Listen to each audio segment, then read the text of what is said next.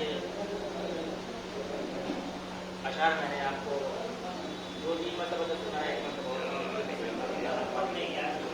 ایک علی کے چاہنے والے کا کردار کیسا ہونا چاہیے؟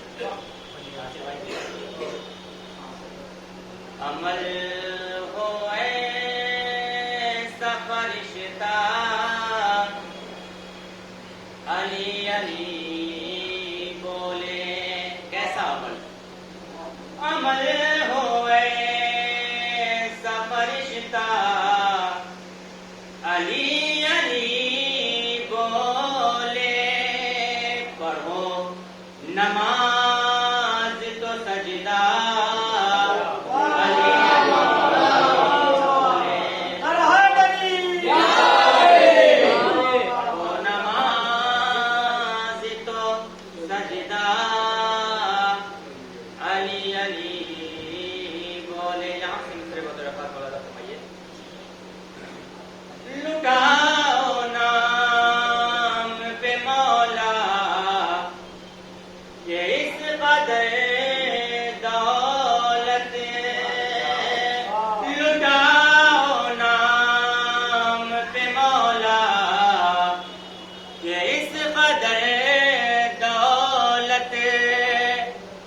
خرچ ہو کے بے کا علی علی بولے کہ خرچ ہو.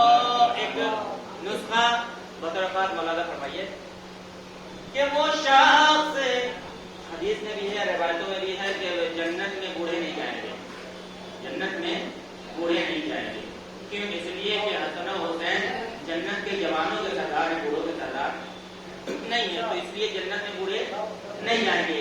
جو بوڑھا اگر جوان ہونا چاہتا ہے تو وہ فارمولہ کیا ہے؟ کس طرح بدرنات مولانا فرما لیجیے، اگر دل میں اتر جائے تو یقیناً دعا فرمائیے گا. ایک درود پر محمد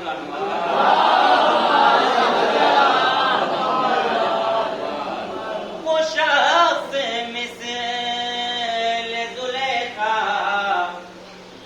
جوان ہو جائے،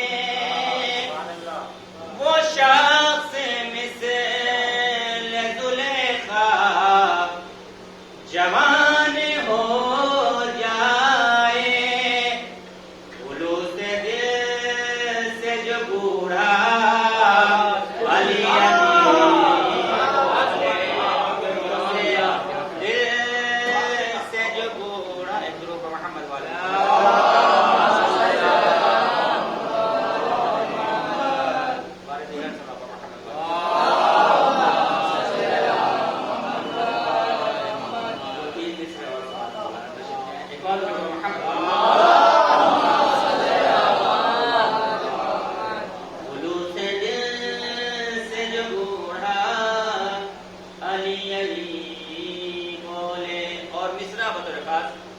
کہ وہ ماہ صاحب کردار مصطفیٰ کی قسم، وہ ماہ صاحب کردار مرتضیٰ کی قسم، کہ جس کے گود کا بچہ علی علی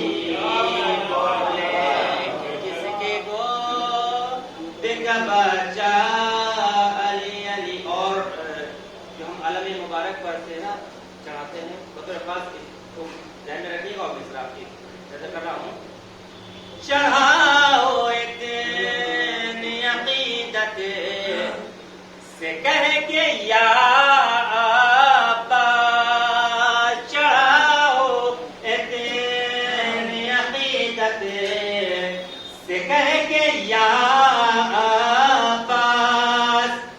لگے علم میں جو زہرا علی علی،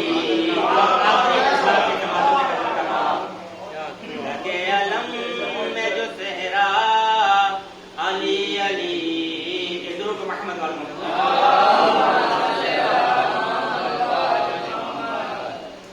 زبان اسے کی لگے بولنے یہ دعویٰ ہے، زبان اسے کی لگے بولنے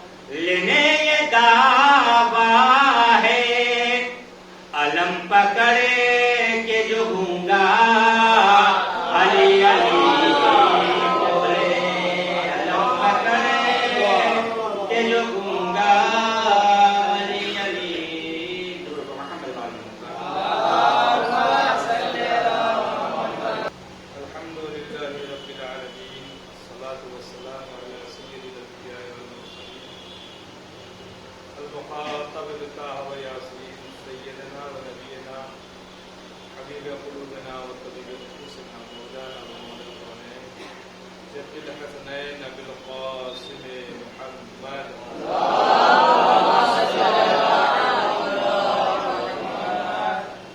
وعلى أهل بيته الطيبين الطاهرين المعصومين المظلومين المجاهدين واللعنة الله على أعدائهم وغاصبي حقوقهم ومنكري مظاهرهم ومصائبهم أجمعين يوم ظلمهم إلى قيام يوم الدين آمين يا رب العالمين. حق محمد وآل الطاهرين أما بعد فقد قال الله تبارك وتعالى في القرآن المجيد وهو أصدق الصادقين وقوله الحق. بسم الله الرحمن الرحيم. إن الله اشترى من المؤمنين أنفسهم وأموالهم بأن لهم الجنة صلوات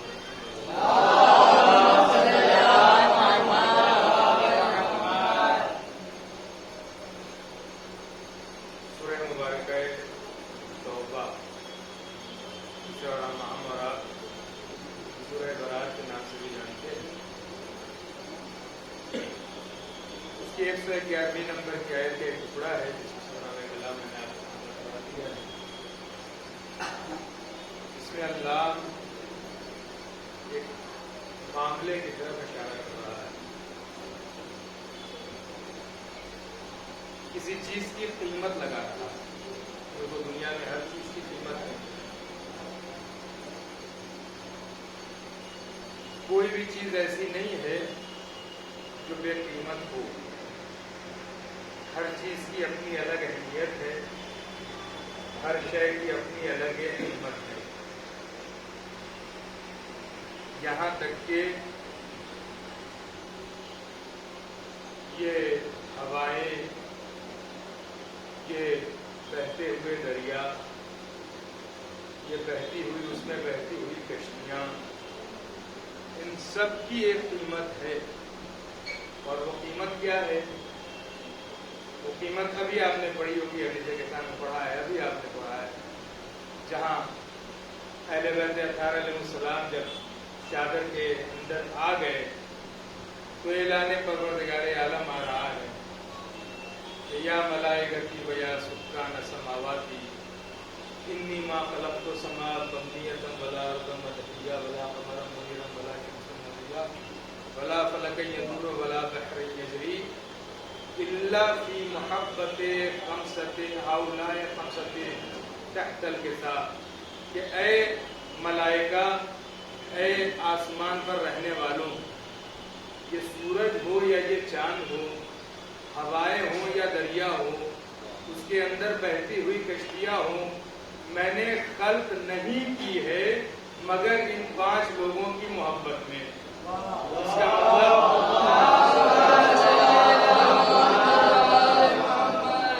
اس کا مطلب ان کے بھی خلقت کا ایک مقصد ہے. یہ ایک الگ موضوع ہے. ابھی ہمیں جس موضوع کے سلسلے میں گفتگو کرنی ہے وہ کیا ہے کہ ہر شے کی ایک قیمت ہے. اور اللہ اسی قیمت کے بارے میں بتا رہا ہے جو انسان کی سب سے اہم شے ہے. 2 ہی تو شے ہے انسان کے پاس جو سب سے اہم ہے. انسان خود سمجھتا ہے کہ یہ 2 چیزیں ہیں جو ہمارے لیے سب سے زیادہ اہم ہیں. ایک انسان کا اپنا آپ، جسے ہم اور آپ نفس کہتے ہیں. اپنی عزت نفس، اپنا آپ بہت زیادہ اہم ہے. دوسرا مال، یعنی انسان کا اپنا آپ بہت زیادہ اہم ہے اور انسان کا مال انسان کے لیے سب سے زیادہ اہم ہے. اللہ یہ آواز دے رہا ہے کہ ان اللہ اشترى من المؤمنین انفسهم واموالهم، کہ بے شک اللہ نے خرید لیا ہے مومنین سے ان کے اپنے آپ کو، یعنی ان کے اپنے نفسوں کو، یعنی ان کے اپنے آپ کو اور ان کے مال کو خرید لیا ہے. کس چیز کے بدلے خریدا ہے؟ بِأَنَّ لَهُمُ الْجَنَّةَ. خریدا ہے مومنین کے نفس کو، مومنین کے مال کو، بدلے میں انہیں دی ہے جنت. یعنی مومن کے نفس کی قیمت جنت ہے، مومن کے مال کی قیمت جنت ہے. تو پہلے ہمیں ان دو چیزوں کا تجزیہ کرنا ہوگا کہ مومن کون ہے، نفس کیا ہے. آئیے شروعات کرتے ہیں نفس سے. یہ نفس ہے کیا چیز؟ بہت ہی اہم چیز ہے. اتنی زیادہ اہم چیز ہے کہ پیغمبر اسلام فرماتے ہیں من عرف نفسہ فقد عرف ربہ. جس نے اپنے آپ کو پہچان لیا، اپنے نفس کو پہچان لیا، اس نے اپنے پروردگار کو پہچان لیا. یعنی اللہ کو پہچاننے کی شرط ہے اپنے نفس کو پہچاننا. اور نفس کیا ہے؟ علماء کرام سے جب سوال کیا تو علماء کرام نے فرمایا کہ روح، جب تک روح کی کنیکٹیویٹی انسان کے جسم سے نہیں ہوتی، یعنی مجرد ہوتی ہے، جب تک انسان کے جسم سے کنیکٹ نہیں ہوتی اس وقت تک روح ہوتی ہے، اس کے اندر کوئی خواہش نہیں ہوتی، کچھ بھی نہیں ہوتا ہے. اور جیسے ہی انسان کے جسم سے کنیکٹ ہوتی ہے، اب طرح طرح کی نت نئی خواہشیں اس کے اندر جنم لینے لگتی ہیں. الگ الگ طریقے کی خواہش اس کے اندر جنم لینے لگتی ہے. فرماتے ہیں کہ یہی روح جب انسان کے جسم سے جڑ جائے تو اسے نفس کہتے ہیں. نفس کسے کہتے ہیں؟ جب روح انسان سے جڑ جائے. اسی لیے روح کے جو کنیکٹیویٹی ہے انسان کے جسم سے الگ ہو جانے کی، جب روح انسان کے جسم سے کنیکشن روح کا ختم ہو جاتا ہے تو انسان مردہ سمجھا جاتا ہے. ایک صلوات پڑھیے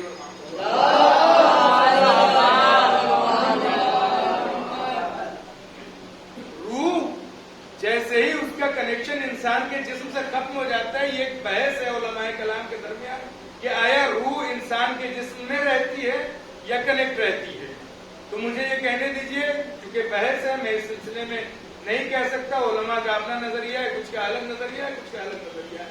ہم یہ کہیں کہ روح جو کنیکٹ کرتی ہے انسان کے جسم سے تو اس کو نفس کہتے ہیں. اور یہ نفس بہت ساری قسموں پر مبنی ہے. فرماتے ہیں علامہ دستغیر کہ نفس الگ الگ حالتوں میں نفس کی الگ الگ قسمیں ہوتی ہیں. نفس کی سب سے پہلی قسم، بہت توجہ کیجیے گا، بہت اہم گفتگو ہے. نفس کی سب سے پہلی قسم جسے ہم اور آپ اور قرآن اس نے نفس امارہ سے تعبیر کیا ہے. نفس امارہ کے سلسلے میں قرآن یہ کہتا ہے جب جناب یوسف کو زلیخا نے بہکانے کی کوشش کیا تھا اور جناب یوسف پوری طاقت سے نکلے تھے تو زلیخا نے ایک شرط رکھی تھی، ایک بات کہی تھی کہ تم کس سے خوف کھا رہے ہو؟ تم خدا سے خوف کھا رہے ہو؟ لو خداؤں کو میں پردے ڈال دے رہی ہوں. تو جناب یوسف نے فرمایا تھا وہ تیرے خدا ہوں گے جو پردوں میں چھپ جایا کرتے ہیں. ہمارا خدا وہ ہے جو ہر وقت حاضر و ناظر ہے. اکیلے ہیں تب بھی حاضر و ناظر ہے، پبلک کے درمیان ہیں تب بھی حاضر و ناظر ہے. یہی وجہ ہے کہ مولا کائنات نے فرمایا ہے کہ یاد رکھو تنہائی میں گناہ کرنے سے بچا کرو. کیوں تنہائی میں گناہ کرنے سے بچا کرو؟ کیوں؟ اس کی وجہ یہ ہے کہ جو قاضی ہے وہی گواہ ہے. دوسرے گواہ کو تم جھٹلا سکتے ہو، جس کو فیصلہ کرنا ہے وہی گواہ ہے، اس کو کیسے جھٹلاؤ گے؟ اس لیے اندھیرے اکیلے میں گناہ کرنے سے بچا کرو.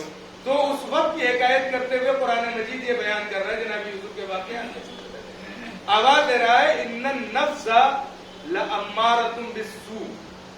یہ نفس جو ہے انسان کو برائیوں کی طرف ابھارتا ہے. نفس امارہ انسان کو برائیوں کی طرف ابھارتا ہے، برائیوں کی طرف بڑھاتا ہے. تو پھر بچنے کا کیا راستہ ہے؟ وہ اور ہے جو برائیاں بتا دے، ان سے بچنے کا راستہ نہ بتائے. ہمارا پروردگار وہ ہے کہ جس نے ہمارے اندر عقل دی ہے، باہر سے نبی دیا ہے تاکہ ہم کبھی گمراہ نہ ہونے پائیں. اسی طریقے سے خطروں سے بھی آگاہ کیا ہے اور خطرے سے بچنے کے راستے سے بھی آگاہ کیا ہے. آواز دیا الا ما رحم ربی، مگر یہ کہ رحمت الہی شامل حال ہو. تو نفس امارہ یہ نفس کی سب سے پہلی قسم ہے کہ جو انسان کو گناہوں کی طرف ابھارتی ہے. بس اسی پہ کنٹرول کرنا ہے. اسی نفس کے سلسلے پہ پیغمبر اسلام جب جنگ خندق سے واپس ہو رہے تھے تو فرمایا تھا رجعنا من جہاد الاصغر الی جہاد الاکبر، ہم جناب جہاد اصغر سے جہاد اکبر کی طرف واپس پلٹ رہے ہیں۔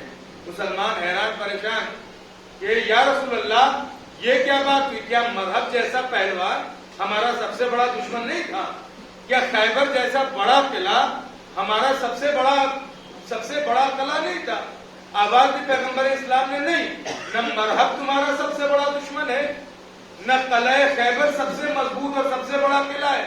مسلمانوں نے سوال کیا یا رسول اللہ پھر بتائیے وہ دشمن کون ہے جو ہمارا سب سے بڑا دشمن ہے؟ وہ قلعہ کون ہے جو سب سے مضبوط اور سب سے بڑا قلعہ ہے جس کو تسخیر کرنا ہمارے لیے بہت ہی زیادہ سخت ہے؟ فرمایا کہ وہ تمہارے نفس کی خواہشات کا قلعہ ہے جس کو تسخیر کرنا تمہارے لیے بہت بڑی مشکل ہے، اور تمہارے نفس کے خواہشات مرحب سے بڑے دشمن ہیں، ان پر کنٹرول پالو، ہر چیز پر کنٹرول پالو گے۔ تو پیغمبر اسلام نے یہ فرمایا تو یہ نفس امارہ، اس پر جب کنٹرول پا لیا تو نفس کی دوسری قسم اسے قرآن نفس لوامہ کے نام سے یاد کر رہا ہے۔ نفس لوامہ وہ کون سا؟ کہ انسان پھر اپنے خواہشات نفسانی پر کنٹرول کر کے اللہ کے بتائے ہوئے راستے کے اوپر، اللہ کے رسول کے بتائے ہوئے راستے کے اوپر چلتا ہے۔ جب اللہ کے بتائے ہوئے اور اللہ کے رسول کے بتائے ہوئے راستوں پر چلتا ہے اپنے خواہشات پر کنٹرول کر کے، تو اللہ قسم کھاتا ہے ایسے نفس کی، وَلَا أُقْسِمُ بِالنَّفْسِ اللَّوَّامَةِ، اور اس کے بعد جلدی آگے بڑھا جائے، زیادہ تفصیل کا وقت بہرحال نہیں ہے۔ تو نفس لوامہ کے بعد نفس کی تیسری قسم جسے ہم اور آپ نفس مطمئنہ کے نام سے جانتے ہیں۔ نفس مطمئنہ تو سنا ہے نا، اکثر سنا ہے، یا ایتھا النفس المطمئنہ ارجعی الی ربک راضیۃ مرضیہ، اکثر سنا ہے، اکثر مجالس میں سنا ہے، اے نفس مطمئنہ اپنے پروردگار کی طرف واپس پلٹا۔ یہ نفس مطمئنہ کیا ہے؟ اطمینان نفس، اطمینان قلب۔ ایسی منزل پر انبیاء بھی آ کر کے ٹھہر جاتے ہیں اور آواز دیتے ہوئے نظر آتے ہیں، رب ارنی کیف تحیی الموتیٰ، اے میرے پروردگار ہمیں دکھا دے کہ تو مردوں کو زندہ کرتا کیسے ہے۔ آواز قدرت آتی ہے، ابراہیم کیا تمہیں اس بات پر یقین نہیں ہے؟ کہ مالک یقین تو ہے، لیطمئن قلبی، تاکہ میرے قلب کو اطمینان حاصل ہو جائے، تاکہ میرے قلب کو اطمینان حاصل ہو جائے۔ بس یہیں پر ٹھہر کر کے ایک جملہ آپ کے سامنے صرف کرتا رہوں کہ وہ ابراہیم تھے جنہیں اطمینان قلب حاصل کرنے کے لیے پرندوں کو مارنے اور دوبارہ زندہ کرنے کی حاجت پیش آئی۔ ہم اس کے ماننے والے ہیں جو قدم قدم پہ کہتا ہے کہ علی کے سامنے سے اگر تمام کے تمام پردے ہٹا بھی لیے جائیں تو علی کے یقین میں کوئی فرق نہیں آئے گا۔ ایک صلوات پڑھیں پر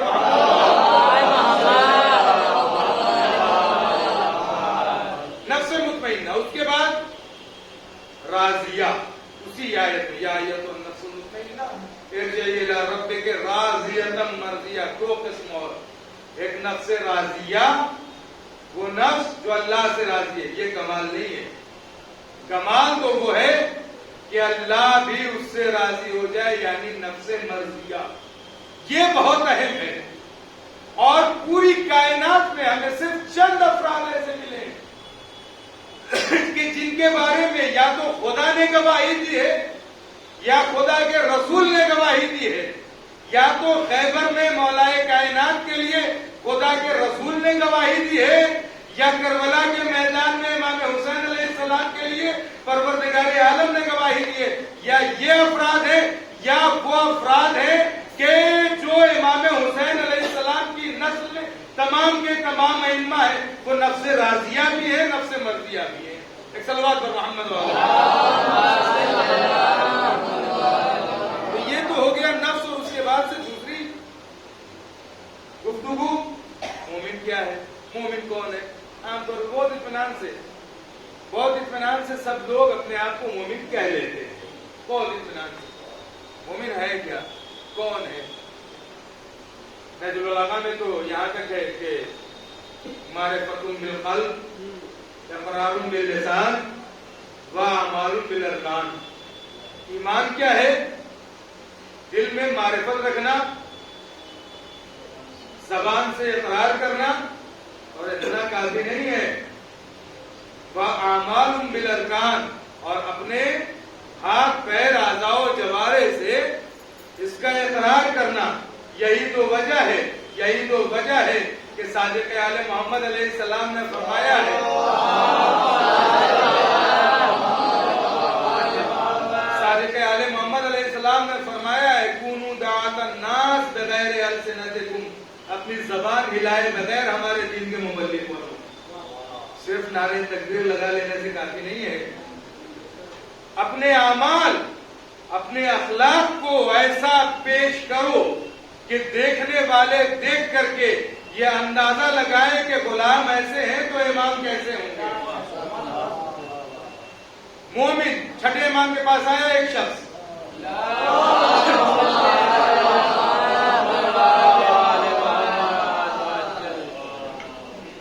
اور آنے کے بعد تو اس نے سوال کیا کہ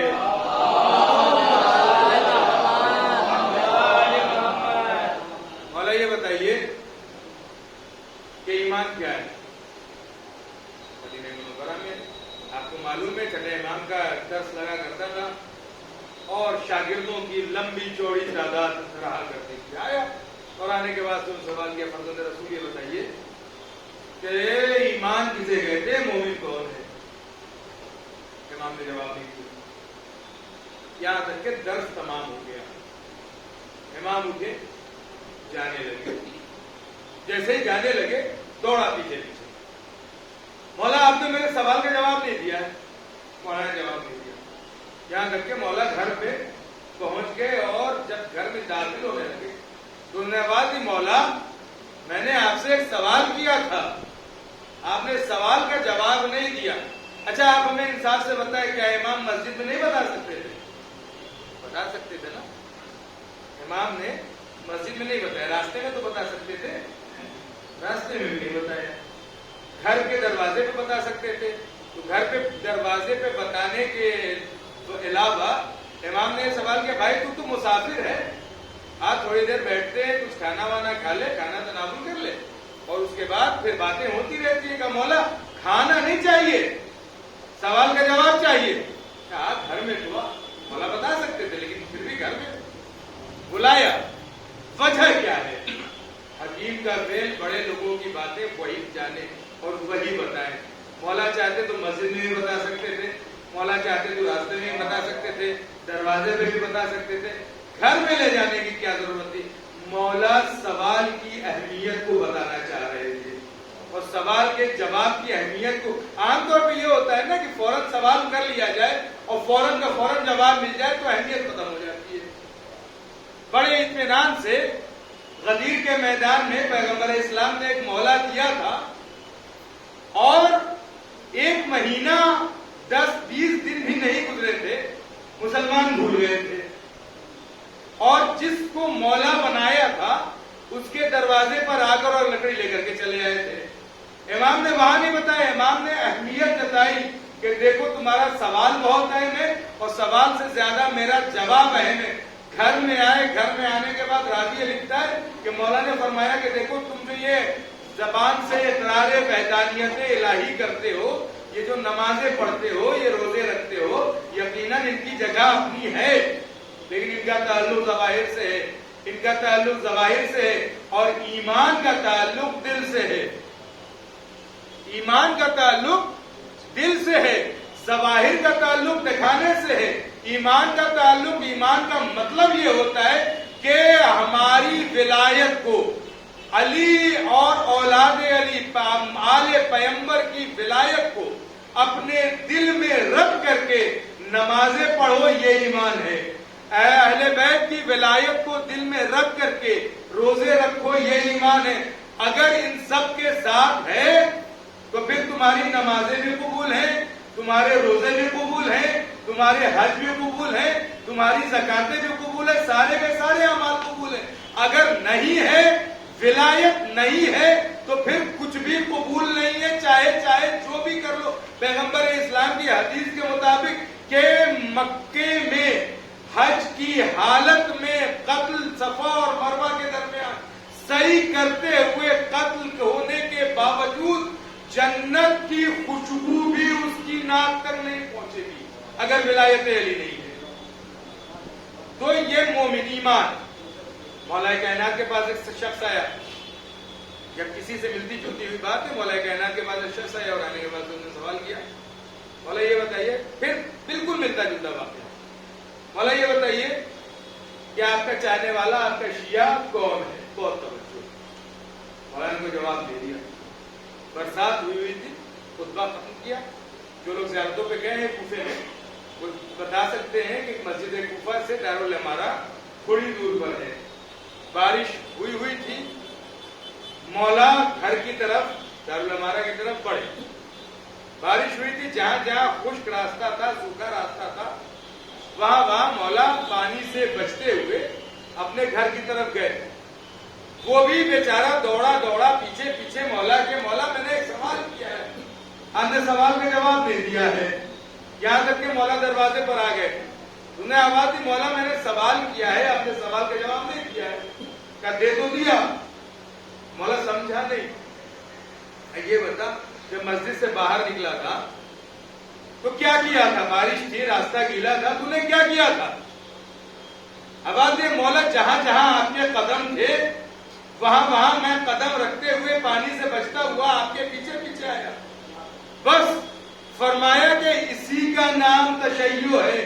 ہمارے قدم پر، ہمارے نقش قدم پر قدم رکھتے ہوئے آگے بڑھو، ہم جہاں جہاں جائیں وہاں چلے جاؤ گے۔ ہم اگر جنت میں ہوں گے جنت میں جاؤ گے، ہم کوثر میں ہوں گے کوثر پہ جاؤ گے، ہم سلسبیل پہ ہوں گے سلسبیل پہ جاؤ گے۔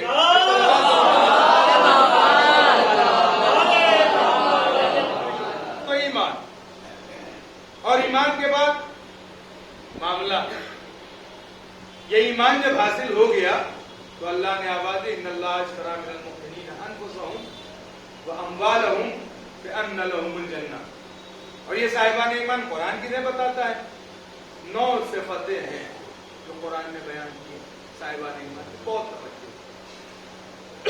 9 صفتیں، وہاں سے شروع ہوتی ہے گفتگو۔ وقالت الاعراب آمنا سے شروع ہوتی ہے گفتگو سورہ حجرات میں، پھر سورہ توبہ میں بھی ہے وقالت الاعراب آمنا، کہ جب قحط پڑا ہوا تھا، بنی اسد کے لوگ آئے تھے پیغمبر اسلام کے خدمت میں، اور آنے کے بعد سے یہ آواز دی تھی کہ اللہ کے رسول ہے محمد، ہم ایمان لائے۔ تو آواز قدرت ہے کہ اگر ابھی قل لم تؤمنوا، آپ ان سے سمجھا دیجئے، ان کو بتا دیجئے کہ تم ایمان نہیں لائے، بل قولوا اسلمنا، بلکہ یہ کہو کہ تم اسلام لائے۔ ولما يدخل الایمان فی قلوبکم، اور ایمان کا تو ابھی گزر بھی تمہارے دلوں سے نہیں ہوا ہے۔ یا رسول اللہ، پھر ایمان حاصل کرنے کے لیے کیا کرنا ہوگا؟ تو آواز دی اسی آیت میں آگے بڑھ کر کے، اور اگلی آیت میں کہ انما المؤمنون الذین یجاہدون فی سبیل اللہ، مومنین تو وہ ہیں جو اللہ کے راستے میں جہاد کرتے ہیں، اللہ پر ایمان رکھتے ہیں، اللہ کے رسول پر ایمان رکھتے ہیں۔ آمنوا باللہ ورسولہ، ان الذین آمنوا باللہ ورسولہ، بے شک وہی لوگ صاحبان ایمان ہیں جو اللہ پر ایمان رکھے، اللہ کے رسول پر ایمان رکھے، ثم لم یرتابوا، اور پھر اللہ اور اللہ کے رسول کی ذات میں شک نہ کرے۔ یعنی ایمان اور شک دو الگ الگ چیزیں ہیں، ایک دوسرے کی ضد ہیں۔ جہاں شک آیا وہاں سے ایمان گیا، اس لیے کہ سب سے کفر کی جڑ اسی شک میں ہے۔ کفر کی جڑ اسی شک میں ہے۔ ایک جگہ تو یہ فرمایا کہ ایمان لائے اللہ کے اوپر اور اللہ کے رسول کے اوپر، اور پھر دوبارہ ان کے اوپر شک نہ کرے۔